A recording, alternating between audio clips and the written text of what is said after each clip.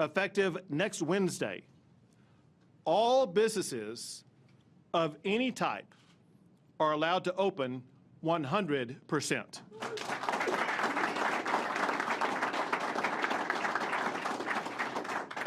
That includes any type of entity in Texas. Also, I am ending the statewide mask.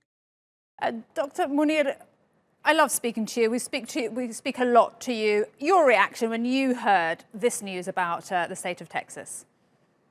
I think it was pretty immature. While we know that there is a decline in the number of cases, a vaccine is being rolled out, but still the virus is out there and new viruses are emerging, new mutants are coming in. For example, looking on to just the number of cases, Texas has been the third highest in the ranking for number of cases, and only 7 to 10% people are vaccinated at the moment.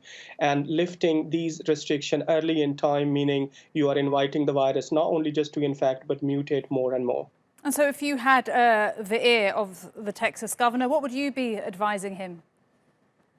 Well, what I would be doing is that hold on to the restrictions that will be put in place, because those been put in place based on the solid data, based on the reasoning.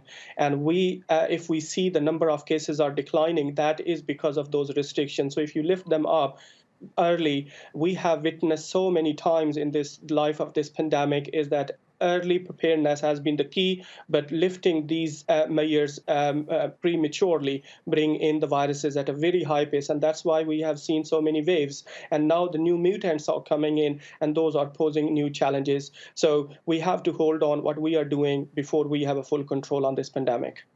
And you say, we should hold on, but what percentage of a population needs to be vaccinated for society to open up again? Or don't we know that, given the new variations of the virus that we're seeing? Well, Maria, there are two important factors to decide about how much population need to be vaccinated and for how long the protection would remain. And first is that the efficacy of the vaccine, whether it is blocking the transmission or which vaccine is being rolled out in that population.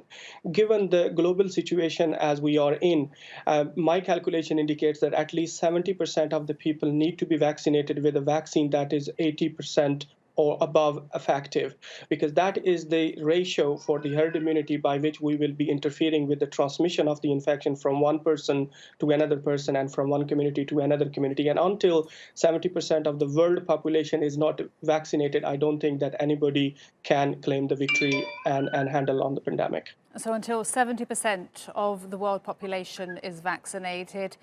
So what do you foresee in the coming months?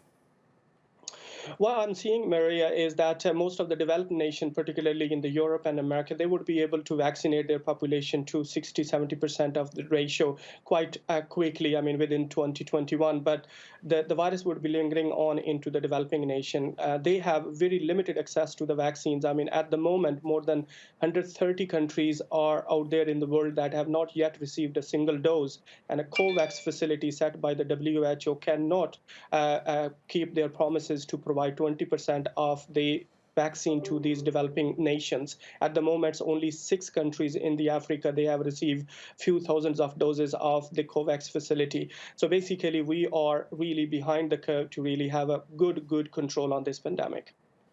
Dr. Muhammad Munir, thank you very much indeed. Always a pleasure to have you on this program.